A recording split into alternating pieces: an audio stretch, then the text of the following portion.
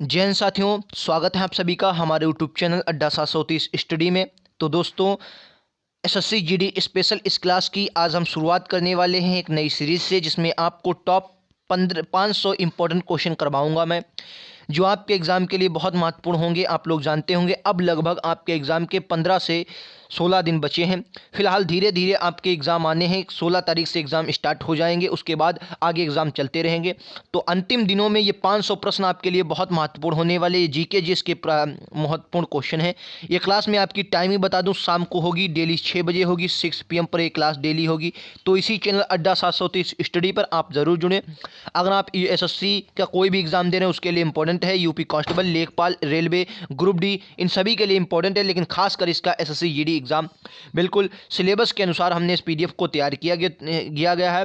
तो चलिए ये लीजिए, आज का पहला क्वेश्चन बहुत इंपॉर्टेंट क्वेश्चन है और आज का पहला क्वेश्चन देख लीजिए। ऑप्शन आपको चारों दिख रहे हैं, बहुत अच्छा क्वेश्चन है, बताइए क्या होगा। कह रहा है जम्मू कश्मीर राज्य के पुनर्गठन के बाद किसके द्वारा भारत का मानचित्र जारी किया गया। अच्छा क्वेश्चन है। क्वेश्चन नंबर पहला आपके एग्जाम स्क्रीन पर है। नीति आयोग, सुप्रीम कोर्ट, शिक्षा मंत्रालय, केंद्र सरकार, क्या होगा राइट आंसर बताइए। देखिए, जम्मू कश्मीर राज्य के पुनर्गठन के बाद किसने भारत का नया मानचित्र जारी किया, ये क्वेश्चन आपके एग्जाम में आ सकता है। चलो इस क्वेश्चन पर बात कर लेते हैं। देखिए, इसके बारे में आपको बता दें, केंद्र सरकार ने क्या किया है सर, ऑप्शन नंबर डी, यानी कि केंद्र सरकार ने इसका जम्मू कश्मीर का राज्य पुनर्गठन था उसमें किसने, केंद्र सरकार ने नया मैप जारी किया है। केंद्र सरकार ने भारत का नया राजनीतिक मानचित्र जारी किया। अभी भारत में अभी 2 नए केंद्र शासित प्रदेश अस्तित्व में आए हैं। जैसे नक्शे के मुताबिक पीओके, मतलब जो पीओके था उसमें मीरपुर और मुजफ्फराबाद जिलों को जम्मू और कश्मीर का हिस्सा बताया गया है। ठीक है, जो आपके पीओके वाला हिस्सा था और मीरपुर और मुजफ्फराबाद इसमें जम्मू कश्मीर में। अच्छा, जम्मू कश्मीर के साथ ही एक लद्दाख भी बना था। ठीक है, लद्दाख बना था। इसमें लद्दाख में कितने, 2 जिले हैं, एक आपका लेह है और एक कारगिल। तो ये 2 जिले हैं, ये भी बात आपको याद रखनी है। ठीक है, चलो अगला क्वेश्चन ये रहा आपकी स्क्रीन पर, बताइए। अच्छा क्वेश्चन, ये क्वेश्चन थोड़ा कट गया है, इसमें फिलहाल आपको बताना है जो चोरी चोरा घटना हुई थी गोरखपुर में, जो चोरी चोरा घटना हुई थी कब हुई थी बताइए। चोरी चोरा कांड कब हुआ था, चोरी चोरा चोरी चोरा चोरी चोरा चोरी घटना कब हुई थी बताइए। चोरा चोरी घटना कब हुई थी, क्या होगा राइट आंसर। घटना कब हुई थी बताइए। 4 ऑप्शन आपको दिए गए, राइट आंसर बताना है। चोरा चोरी घटना, देखो ये घटना गोरखपुर में हुई थी 4 फरवरी 1922 को ये घटना हुई थी। कहीं कहीं पर आपको 5 फरवरी भी देखने को मिलेगा, कहीं पर आपको 5 फरवरी भी देखने को मिलेगा, आपको याद रखना है। और इसी अच्छा, एक एग्जाम में क्वेश्चन आता है कि असहयोग आंदोलन किस घटना के बाद स्थगित कर दिया गया था। तो आपको याद ना, असहयोग आंदोलन जो शुरू हुआ था, गांधी जी ने इसको 1920 में शुरू किया। ठीक है, असहयोग आंदोलन कब शुरू किया, गांधी जी ने 1920 में इसको शुरू किया। और उसके बाद चोरा चोरी घटना हो गई जो गोरखपुर में घटित हुई। मतलब इसमें क्या था सर, मतलब एक थाना था, उसमें आग लगा दी गई। इसमें कई कांस्टेबल वगैरह और जो पुलिसकर्मी थे उनकी मृत्यु हो गई थी। चलिए अब बात कर लेते हैं चोरी चोरा घटना के। भारत में स्थित कौन सा सर, उत्तर प्रदेश का एक राज्य था, गोरखपुर का एक गांव है। यहाँ गांव में राष्ट्रीय आंदोलन के दौरान ब्रिटिश पुलिस राजनीतिक कार्यकर्ताओं के बीच हुई घटनाओं के कारण चर्चा में रहा। चोरी चोरा थाने में आग लगा दी गई, जिससे 25 पुलिसकर्मी जिंदा जल गए थे। आपको ये बात याद रखनी है। ठीक है, चलो चलते हैं अगले नेक्स्ट क्वेश्चन पर। आज का अगला क्वेश्चन देखते हैं क्या होता है। अगला क्वेश्चन ये रहा आपकी स्क्रीन पर, काफी इंपॉर्टेंट क्वेश्चन है, आपके एग्जाम में सीधा पूछा जाएगा। क्वेश्चन कह रहा है कि 1857 की स्वतंत्रता संघर्ष की वीरांगना महारानी लक्ष्मीबाई की जन्मस्थली का, ये काफी अच्छा क्वेश्चन है। महारानी लक्ष्मी का जन्मस्थली पूछी जाती है आपसे एग्जाम में, ये अच्छा क्वेश्चन है। चलिए बात कर लेते हैं 1857 की क्रांति के बारे में। देखिए, 1857 की क्रांति कोई एक कारण नहीं था इसके शुरू होने का। जैसे आपने देखा होगा, इसमें बहुत से राजनीतिक कारण, सामाजिक कारण, धार्मिक कारण, बहुत से कारण थे, लेकिन इसका सबसे इंपॉर्टेंट आपसे अगर याद रखना है तो तात्कालिक कारण क्या था, मतलब तुरंत कारण क्या घटा था, तो चर्बी वाले कारतूस थे। मेरठ और ये जो मतलब विद्रोह शुरू बैरकपुर छावनी से मंगल पांडे ने शुरू किया। ठीक है, बैरकपुर छावनी से मंगल पांडे ने जी ने शुरू किया था, बैरकपुर छावनी से। ये तत्कालिक कारण था, चर्बी वाले कारतूस। अच्छा, ये आपके एग्जाम में 1857 से एक पूछा जाता है कि मतलब इसकी शुरुआत कहाँ, तो सबसे पहले बैरकपुर आएंगे, उसके बाद नंबर 2 से मेरठ में, नंबर 2 पर मेरठ में, उसके बाद नंबर 3 पे आपका ये दिल्ली जाएगा। नंबर 3 में कहाँ जाएगा, दिल्ली जाएगा। आपको याद रखना है, ये आपके एग्जाम में काफ़ी इंपॉर्टेंट भूमिका निभाता है। ये क्वेश्चन जब आपके एग्जाम में आएगा तो आप लोग गलत नहीं करना है। ठीक है, चलो अब आगे बात कर लेते हैं इस क्वेश्चन की। चलो अब बात कर लेते हैं इनके कुछ और बात की। देखिए, अगर आपसे रानी लक्ष्मीबाई की बात करेंगे तो इनको हराया किसने, तो हीरोज एक अंग्रेज अधिकारी था, हीरोज ने इनको पराजित किया था, ठीक है। हीरोज ने, इनका जन्म कहाँ में हुआ था, जो इन्होंने मतलब लड़ाई लड़ी थी वो झांसी से लड़ी, पहली बार इन्होंने झांसी से है। उसके बाद एक ग्वालियर चली गई, ग्वालियर, और ग्वालियर में इन्हें हीरोज ने पराजित किया था। इनके जन्म की बात करेंगे तो वाराणसी में इनका जन्म हुआ था। आपके इस क्वेश्चन का राइट आंसर क्या हो जाएगा, तो आपको याद है वाराणसी, वाराणसी में इनका जन्म हुआ था। इसमें वाराणसी गलत लिखा हुआ है, ठीक है, वाराणसी गलत लिखा हुआ। फिलहाल आपको याद है बनारस, वर्तमान में जिसे बनारस कहा जाता है, बनारस में इनका जन्म हुआ था, वाराणसी में इनका जन्म हुआ था, ठीक है। चलो बात कर लेते हैं इनके जन्म से रिलेटेड। देखो, रानी लक्ष्मीबाई उर्फ झांसी की रानी 1857 के प्रथम स्वतंत्रता संग्राम की वीरांगना थी। इनका जन्म 19 नवंबर 1935 को वाराणसी में हुआ था। कहाँ, 1935 में, 19 नवंबर 1935 को हुआ था। चलो नेक्स्ट क्वेश्चन ये रहा आपकी स्क्रीन पर, बताइए क्या होगा अगला क्वेश्चन का राइट आंसर, बताओ। कह रहा है आपसे एग्जाम में क्वेश्चन पूछा जाएगा कि बताइए कि अखिल भारतीय किसान सभा का प्रथम अधिवेशन कहाँ हुआ था, इलाहाबाद, पटना, कलकत्ता, लखनऊ, क्या होगा राइट आंसर बताइए। किसान सभा का पहला अधिवेशन कहाँ हुआ था, बताओ क्या होगा राइट आंसर, बताओ। अच्छा क्वेश्चन है कि अखिल भारतीय किसान सभा का प्रथम अधिवेशन कहाँ हुआ था, इलाहाबाद, पटना, कलकत्ता, लखनऊ, क्या होगा राइट आंसर। तो आपको याद ना है, अगर इससे आपसे एग्जाम में पूछा जाए तो लखनऊ इसका राइट आंसर हो जाएगा, क्या हो जाएगा, लखनऊ। चलिए अब बात करते हैं भारतीय किसान सभा की। तो आपको याद ना, भारतीय किसान सभा जो थी इसका प्रथम अधिवेशन कहाँ हुआ था, लखनऊ में हुआ था, ठीक है। भारतीय किसान सभा का प्रथम अधिवेशन लखनऊ में हुआ था। चलिए नेक्स्ट क्वेश्चन है आपकी स्क्रीन पर, बताइए। कह रहा कांग्रेस के भीतर स्वराज्य पार्टी, कांग्रेस के भीतर स्वराज्य पार्टी का गठन किस स्थान पर किया गया, स्वराज्य पार्टी, क्या होगा राइट आंसर बताइए, स्वराज्य पार्टी। चलिए बात करते हैं स्वराज्य पार्टी की। तो आपको याद रखना है स्वराज्य पार्टी का जो गठन हुआ था, तो आपको याद रखना ये इलाहाबाद में हुआ था। ऑप्शन नंबर 20 का करेक्ट आंसर हो जाएगा। स्वराज्य पार्टी का गठन कहाँ हुआ था, इलाहाबाद में, ठीक है। ये सन कौन सा, तो आपको याद है 1923 में इसका गठन हुआ था, स्वराज्य पार्टी का 1923 में। कौन कौन से, तो मोतीलाल नेहरू और CR दास इसमें बहुत इंपॉर्टेंट भूमिका निभाते हैं। CR दास और मोतीलाल नेहरू ने स्वराज्य पार्टी का गठन किया था, स्वराज्य पार्टी, ठीक है। कब हुआ था, 1923 में इसका गठन हुआ, ठीक है। इसका मुख्य कारण क्या था, देखिए इसका मुख्य कारण यह था कि विधानसभा के चुनाव होने थे। तो इन लोगों ने कहा कि अगर हम विधानसभा के चुनाव में भाग लें, स्वराज्य पार्टी के जो CR दास और मोतीलाल नेहरू जी थे, इन्होंने कहा कि यदि हम मतलब विधानसभा के चुनाव में भाग लें तो क्या होगा कि उसमें अगर कोई बिल आएगा, क्या होगा, जैसे अगर कोई बिल आएगा तो हम उसमें रोकने में सक्षम हो सकते हैं, क्योंकि उसे रोक सकते हैं, क्योंकि हमारा उसमें वोटिंग राइट हो जाएगा। तो ये उनका मुख्य कारण था, ठीक है। चलो अगले क्वेश्चन पर चलते हैं। फिलहाल आपको याद ना, ये कहाँ, ये इलाहाबाद में इसका गठन हुआ था, कहाँ, इलाहाबाद में इसका गठन हुआ था। चलिए अगला क्वेश्चन, आपके एग्जाम में क्वेश्चन पूछा गया, क्वेश्चन कह रहा है, आपको याद रखना है क्वेश्चन क्या कह रहा है उत्तर प्रदेश का प्रथम मुक्त विश्वविद्यालय कहाँ स्थित है, बताइए। उत्तर प्रदेश का प्रथम मुक्त विश्वविद्यालय कहाँ स्थित है, आगरा, झांसी, इलाहाबाद, गोरखपुर, क्या होगा राइट आंसर। उत्तर प्रदेश का प्रथम मुक्त विश्वविद्यालय, तो आपको याद ना, उत्तर प्रदेश का अगर प्रथम मुक्त विश्वविद्यालय पूछा जाएगा तो ये भी इलाहाबाद इसका राइट आंसर हो जाएगा, कहाँ, इलाहाबाद में स्थित है। चलो अगले क्वेश्चन पर चलते हैं। ये रहा आपका अगला क्वेश्चन, कह रहा वर्ष 2011 की अंतिम जनगणना के अनुसार उत्तर प्रदेश का सबसे कम जनसंख्या वाला जिला कौन सा। ये थोड़ा हटकर क्वेश्चन पूछ दिया गया आपसे एग्जाम में, बताइए। 2011 की बात करें, सबसे कम जनसंख्या वाला जिला, तो आपको याद है महोबा इसका राइट आंसर हो जाएगा। महोबा जो है सबसे कम जनसंख्या वाला जिला हो जाएगा, ठीक है। अच्छा एक बात अगर आपसे 2011 की जनसंगणना से पूछ ले कि सबसे ज़्यादा बताइए, सबसे ज़्यादा जनसंख्या कहाँ थी, सबसे ज़्यादा जनसंख्या, तो क्या कहेंगे सर, उत्तर प्रदेश में सबसे ज़्यादा जनसंख्या थी, बिल्कुल सही। उत्तर प्रदेश में सबसे ज़्यादा क्या थी, उत्तर प्रदेश में सबसे ज़्यादा जनसंख्या।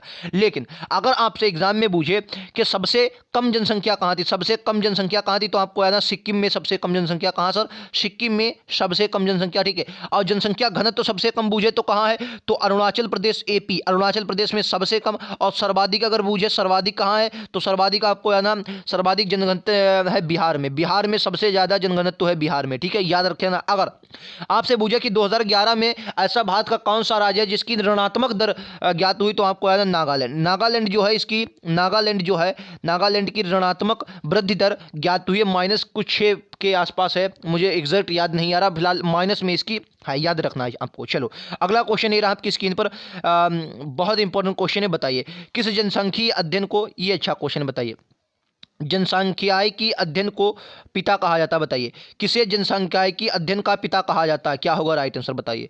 जनसांख्यिकी अध्ययन का पिता किसे कहा जाता है, कार्ल मार्क्स, नीदर एडगर ट्रिम क्रसबेल या आर्यभट्ट, बताइए। ऑप्शन डी कहा गया, ऑप्शन डी कहा गया आर्यभट्ट, बताइए क्या होगा, आर्यभट्ट क्या होगा बताइए। कार्ल मार्क्स है, नील एडगर है या टिम क्रिसबेल है? बताइए क्या होगा। Aryabhatta, option number D Aryabhatta. किसे जनसंख्याकी अध्ययन का पिता कहा जाता है? याद रखेंगे। बताइए, देखिए आपको याद रखना, जनसंख्याकी अध्ययन का अगर पिता पूछा जाएगा आपके, सबसे पहले जनगणना शब्द का जो प्रयोग किया था वो अर्थशास्त्र नामक किताब में हुआ था। अर्थशास्त्र नामक किताब में हुआ था, तो इसके जो आपको याद रखना है कार्ल मार्क्स जो है इसका राइट आंसर हो जाएगा। जनसंख्याकी अध्यात्म क्या हो जाएगा?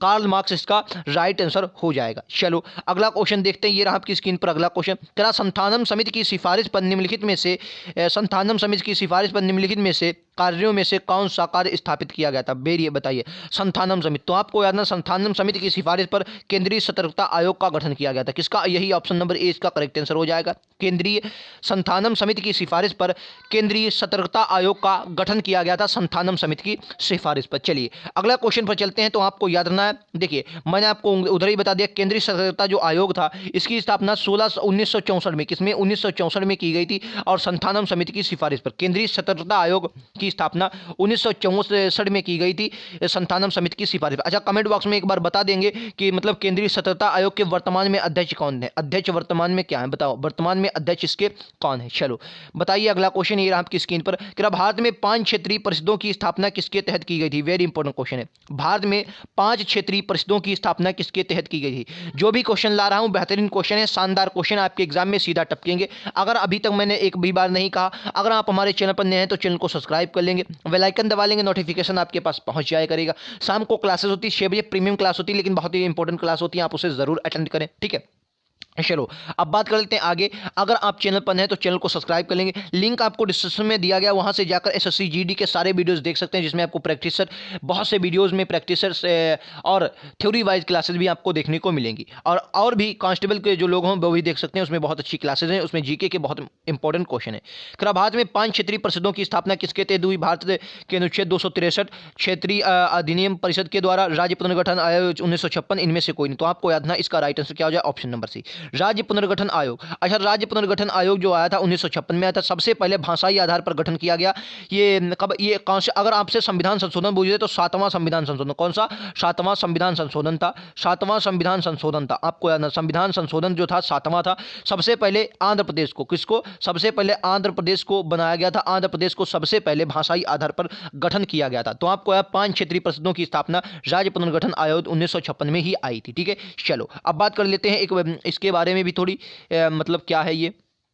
चलो, कह रहा है कि राज्य पुनर्गठन आयोग जो है कि 5 क्षेत्रीय परिषदों की स्थापना का राज्य पुनर्गठन आयोग 1956 के द्वारा तहत की गई थी। चलो अगला क्वेश्चन क्या कह रहा सर? कह रहा है, आपसे पूछा गया एग्जाम में कि भारत के संविधान में निम्नलिखित अनुच्छेदों में से सार्वभौमिक वयस्क मताधिकार स्थापित है। वेरी इंपॉर्टेंट क्वेश्चन है ये, आपके एग्जाम में जब क्वेश्चन आएगा तो इसमें भाई साहब हाल जाएंगे। बताइए, क्या संविधानिक में सार्वभौमिक मताधिकार किसमें? 323 में, 324, 325, 326। बताइए, सार्वभौमिक वयस्क मताधिकार, बताइए क्या होगा राइट आंसर? तो आपको याद रखना है, इसका right answer option number D हो जाएगा, यानी कि 326 में, 326 इसका राइट आंसर। वयस्क, सार्वभौमिक वयस्क मताधिकार इसमें आता है। सार्वभौमिक वयस्क मताधिकार 326 में स्थापित किया गया। अच्छा, अगर आपके एग्जाम में एक सिंपल क्वेश्चन पूछ दे कि मताधिकार की वर्तमान आयु कितनी है? बताइए, मतदान करने की वर्तमान आयु, करने की वर्तमान आयु क्या है? बताइए, वर्तमान आयु क्या है? वर्तमान आयु, तो आपको आया मतदान करने की जो वर्तमान आयु है वो 18 वर्ष। लेकिन अगर आपके एग्जाम में पूछ दिए कि पहले जो भाई मतदान करने की आयु थी वो कितनी थी, पहले अगर मतदान करने की आप आयु पूछेंगे तो पहले तो मतदान करने की आयु जो थी 21 वर्ष थी। कितनी थी? 21 वर्ष थी। अब आपके एग्जाम में क्वेश्चन किया गया कि बताइए कि मताधिकार की आयु को 21 से घटाकर 18 वर्ष कब किया गया? 18 वर्ष, 21 से घटाकर 18 वर्ष कब किया गया? बताइए कब किया गया? तो आपको याद ना, संविधान संशोधन था 61वां संविधान संशोधन था, सन था 1989 संविधान संशोधन 61वां था। इसके द्वारा 21 वर्ष से घटाकर 18 वर्ष मतलब आयु कर दी गई थी, ठीक है, याद रखेंगे। चलो ये रहा अगला क्वेश्चन, बेहतरीन क्वेश्चन का सेशन का अगला क्वेश्चन। तो एक बार शेयर कर देंगे अपने दोस्तों में, अपने यारों में, जहां भी आप स्टडी ग्रुप में जुड़े हों, जरूर से वीडियो को शेयर करें अपने दोस्तों में, अपने यारों में। ये अच्छा क्वेश्चन बताइए, कह रहा है डाइट किस देश की संसद का नाम है? अच्छा क्वेश्चन बताइए, डाइट किस देश की संसद का नाम है? ये क्वेश्चन आपके एग्जाम में आएगा। बताइए, डाइट किस देश की संसद का नाम है? अच्छा, कांग्रेस किस देश की संसद का नाम है? ये तो भैया पता ही होना चाहिए। कांग्रेस किसकी संसद का नाम है? बताइए, ठीक है, कांग्रेस किसकी संसद का नाम है? बताइए, डाइट तो आपको याद है, डाइट किसकी है, जापान की हो जाएगी डाइट। और कांग्रेस ये अमेरिका की है। कहाँ की, अमेरिका। कांग्रेस जो है ये अमेरिका की हो जाएगी, अमेरिका। शोरा कहाँ की है बता दीजिए, शोरा भैया, शोरा की। और मजलिस ए शोरा, मजलिस ए शोरा, मजलिस ए शोरा ये भी बता दिए, शोरा भी बता दिए और मजलिस ए शोरा भी, मजलिस ए शोरा भी बता दिए। दोनों कमेंट बॉक्स में बता दीजिए भैया कहाँ की हो जाएंगी। चलो अगला क्वेश्चन ये रहा, गलत तरीके से हिरासत के, ये अच्छा क्वेश्चन, ये जो अच्छा क्वेश्चन है ये आपके एग्जाम में आएगा भाई साहब, बहुत गजब का क्वेश्चन, अच्छे लेवल का क्वेश्चन। बताओ कह रहा है कि गलत तरीके से हिरासत में खिलाफ खिलाफ निम्नलिखित में से रिट जारी कर। देखिए गलत तरीके से अगर आपको कोई हिरासत में लेता है उसके खिलाफ न्यायालय कौन सी रिट जारी करता है। चलो बात करते हैं सर रिट की। अगर आपने अनुच्छेद 32 को पढ़ा होगा, क्या है सर, संवैधानिक उपचारों का अधिकार है, जिसे बी आर अम्बेडकर भीमराव अम्बेडकर जी ने क्या कहा है sir, B are Ambedkar ji ने इसे संविधान की आत्मा कहा। क्या कहा है, संविधान की आत्मा कहा, याद रखेंगे आत्मा कहा है। बी आर अम्बेडकर ने अनुच्छेद 32 को क्या है, संवैधानिक उपचारों का अधिकार। इसके द्वारा क्या करता है सर, न्यायालय जो होता है, न्यायालय जो होता है ये 5 प्रकार की, कितनी सर, 5 प्रकार की रिटें जारी करता है, 5 प्रकार की रिटें जारी करता है। ठीक है, 5 प्रकार की रिटें जारी करता है। ठीक है, देखिए परमादेश, बंदी प्रत्यक्षीकरण, निषेध, अधिकार परीक्षा, और एक और है मुझे इस वक्त याद नहीं, परमादेश, बंदी प्रत्यक्षीकरण, निषेध, अधिकार परीक्षा, और एक कौन सी है, एक कोई और है मुझे याद नहीं आ रही इस वक्त। फिलहाल 5 प्रकार की रिटें जारी करता है। ठीक है, कितनी प्रकार की, 5 प्रकार की रिटें जारी करता है। चलो अब आपसे एग्जाम में क्वेश्चन पूछा गया कि बताइए अगर आपकी गलत तरीके से हिरासत में आप ले लिए जाते हैं तो कौन सी रिट आप जारी करेंगे। देखो तो मैं आपको बता दूं, अगर आप गलत तरीके से हिरासत में लिए जाते हैं तो बंदी प्रत्यक्षीकरण, मतलब बंदी प्रत्यक्षीकरण आप रिट जारी करते हैं। कौन सी, बंदी प्रत्यक्षीकरण की रिट जारी करेंगे जब आप खिलाफ गलत तरीके से आप हिरासत में ले लिए जाते हैं। क्लियर है। चलो अगला क्वेश्चन ये रहा आपकी स्क्रीन पर, शानदार, जबरदस्त, जिंदाबाद, बेहतरीन क्वेश्चन क्या सीरीज का है, बहुत इंपॉर्टेंट क्वेश्चन है। बताइए क्या निम्नलिखित में से किस स्थल में हड्डी के उपकरण प्राप्त हुए हैं। स्थल मतलब ये सिंधु घाटी सभ्यता से क्वेश्चन लिया गया। सिंधु घाटी कहां से, सिंधु घाटी। चलो सिंधु घाटी सभ्यता से लिया गया। अभी एक एक क्वेश्चन करके सिंधु घाटी सभ्यता के सारे क्वेश्चन मैं करवा दूंगा, बहुत इंपॉर्टेंट सेशन है ये, क्वेश्चन आपके एग्जाम में आएंगे। चलो बताओ कह रहा है, बताइए कहां से, तो आपको याद ना, मदहदा से। कहां से, मदहदा से प्राप्त हुए हैं। किस स्थल से हड्डी के उपकरण प्राप्त हुए सर, मदहदा से प्राप्त हुए, मदहदा से। चलो मदहदा से बात करते हैं, पाषाणकालीन ये स्थल है, सॉरी सिंधु घाटी सभ्यता का नहीं है, पाषाणकालीन है। मदहदा उत्तर प्रदेश के प्रतापगढ़ जिले में स्थित है। यहाँ बड़ी मात्रा में हड्डी एवं सींग से निर्मित उपकरण प्राप्त हुए हैं, याद रखेंगे। चलो अगला क्वेश्चन कह रहा है आपसे, राष्ट्रीय मानव संग्रहालय कहाँ स्थित है। ये क्वेश्चन भी आपके एग्जाम में आएगा। राष्ट्रीय मानव संग्रहालय कहाँ, गुवाहाटी, बस्तर, भोपाल, चेन्नई।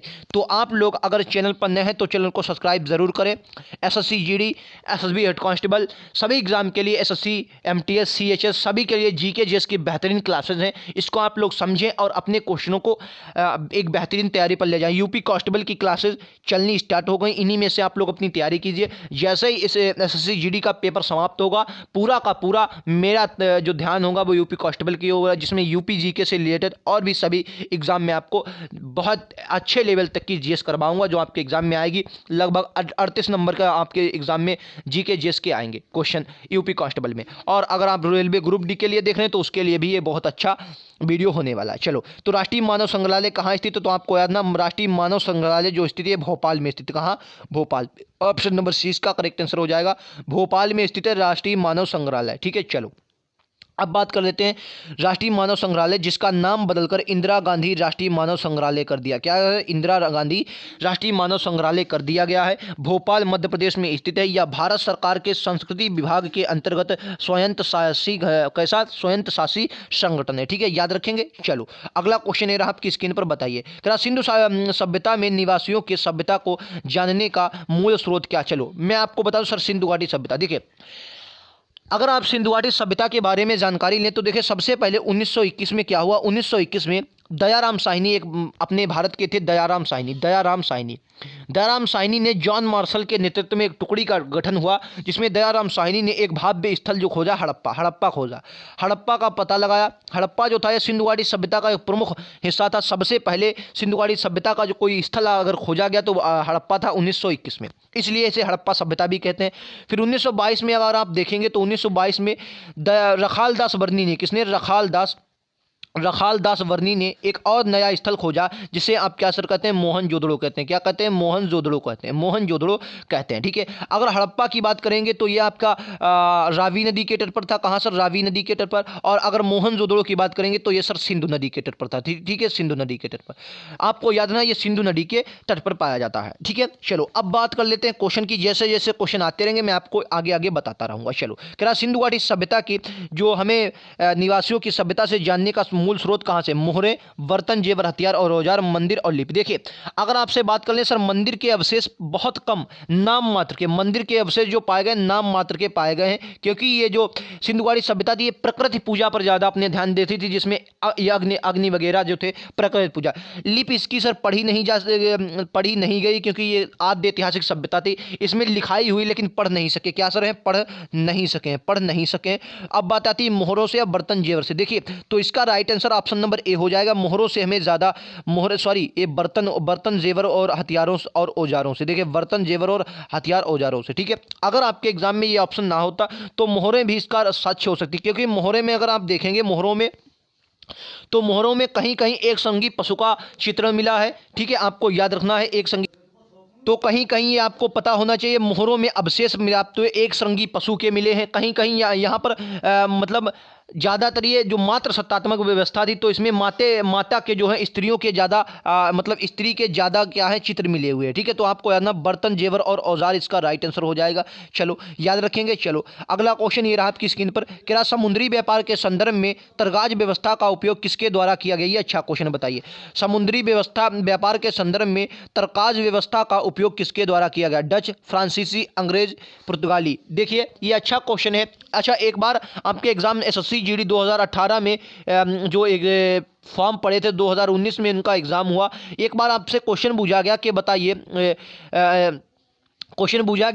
कि फ्रांसीसी और अंग्रेज़ों का जो एक बहुत इंपॉर्टेंट मतलब ये क्वेश्चन पूछा गया कि फ्रांसीसी और अंग्रेज़ों के किस युद्ध में आमना सामना हुआ था। तो आपको है ना, फ्रांसीसी और अंग्रेज जो लड़े थे ये कर्नाटक के युद्ध में। कहाँ सर, कर्नाटक का युद्ध था जिसे आंग्ल कर्नाटक के युद्ध के नाम से जाना। ये 3 कर्नाटक के युद्ध हुए थे। कितने, 3 कर्नाटक के युद्ध हुए थे। फिलहाल आपके एग्जाम में इतना ही पूछा जाएगा कि किस युद्ध में आमने सामने, तो सिर्फ आपको याद ना है सर कर्नाटक के युद्ध में ये आमने सामने हुए थे। चलो, अगला क्वेश्चन अब आपसे पूछा गया है कि बताइए समुद्री व्यापार के संदर्भ में तरकाज व्यवस्था का उपयोग किसने किया था। तो आपको याद ना, इसका right answer option number D हो जाएगा, पुर्तगालियों ने। किसने, पुर्तगालियों ने इसका राइट आंसर हो जाएगा तरकाज व्यवस्था का। अगर आपसे पूछ दे कि बताइए प्राचीन काल में मैं क्वेश्चन से जोड़ना सिखा रहा हूं मैं आपको। प्राचीन काल में बताइए रेशम मार्ग का, भारत में प्राचीन काल में रेशम मार्ग जो था ये किसने खोल दिया था। रेशम मार्ग किसने खोल दिया था, बताइए। रेशम मार्ग किसने खोल दिया था, रेशम मार्ग किसने खोला। तो आपको याद ना, ये समुद्री मार्ग में रेशम मार्ग कनिष्क के शासनकाल में खोला था। किसके, कनिष्क के शासनकाल में खोला गया था। आपको याद ना, कनिष्क के शासनकाल में खोला गया था, जो कि एक शक शासक था। कैसा, कनिष्क एक शक शासक था। चलो बताओ, शक शासक था। चलो, अगला क्वेश्चन ये रहा आपकी स्क्रीन पर। करताज व्यवस्था का संबंध पुर्तगालियों द्वारा समुद्री व्यापार के जारी किया गया है। तो आपको याद है करताज जो व्यवस्था का संबंध पुर्तगालियों द्वारा समुद्री व्यापार के लिए जारी किए गए व्यापार लाइसेंस से 20वीं शताब्दी में अंग्रेज ने नेवी सर्ट नामक व्यवस्था शुरू की थी। ठीक है, चलो अगला क्वेश्चन, क्या निम्नलिखित में से किस हड़प्पा कालीन स्थल में हल का टेराकोटा प्राप्त हुआ। ये अच्छा क्वेश्चन, हल का टेराकोटा प्राप्त हुआ, बताइए। हल का टेराकोटा प्राप्त हुआ, ये अच्छा क्वेश्चन सिंधु घाटी सभ्यता से लिया गया। निम्नलिखित में हड़प्पा कालीन स्थल से हल का टेराकोटा मिला। बात करते हैं तो धोलावीरा से यहाँ खेल का मैदान मिला, एकमात्र खेल का मैदान। यह साक्ष्य नहीं है कि कौन सा खेल खेला जाता था, फिर से ये फिलहाल खेल का मैदान मिला।